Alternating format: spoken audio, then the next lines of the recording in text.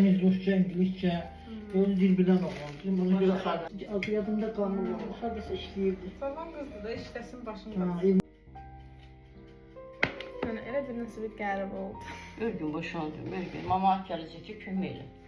Gəl deyə, gəl. Biz burada gələndə səbişidik, Gülnarıdır.